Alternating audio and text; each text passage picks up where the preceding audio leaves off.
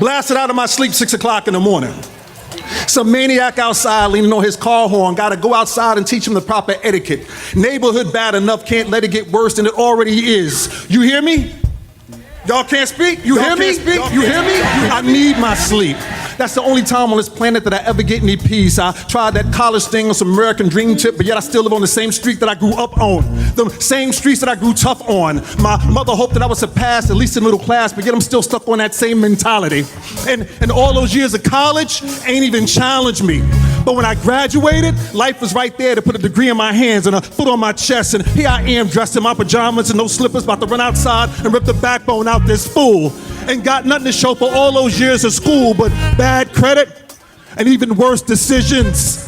And I live in a neighborhood where people buy food on credit. So they finance, but they don't just take, and they're making payments on food that they already ate. And when they see me on the street, they're looking at me like they're about to break, and I'm snatching open this door like I'm about to break, and I see my best friend.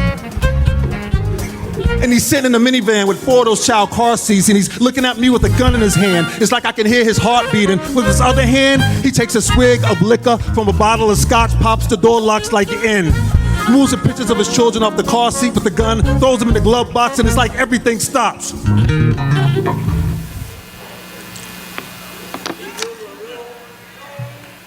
And we drive, and we drive, and we drive, till we get to the part of town where it seems like the American dream is still alive. And in my mind, I'm playing Nina Simone as I'm looking out the window on the passenger side. And it's like somebody scraping their fingernails along my bones as I feel this grown man cry. And I wonder if he knows that tens of millions of people in this country are depressed, but using alcohol or drugs to remain in denial. I wonder if he knows that there's a suicidal tendency hiding behind almost every smile, because no matter how many times they go back to school or how many jobs they work simultaneously, they can never seem to permanently change their lifestyle. But somehow, they convince themselves to be different for their children, and eventually they realize that's a fantasy, but they need something to believe in until then.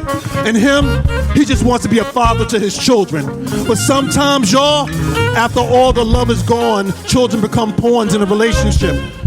And his relationship with his children is the vehicle that his ex-wife chooses to take out her frustrations with. And if he's just one day late on the child support, she reports it to the court.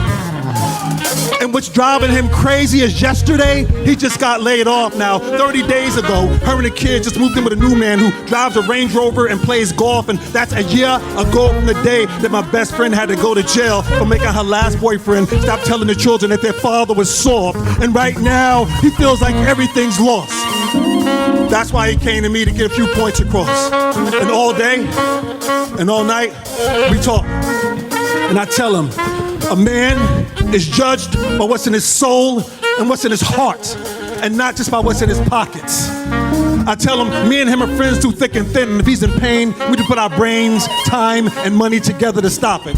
I tell him that the fact that we don't have a lot of money is a problem, and rather than getting fed up, what we need to do is wake up, and like Moses and Jacob, when we get together, just find new ways to profit.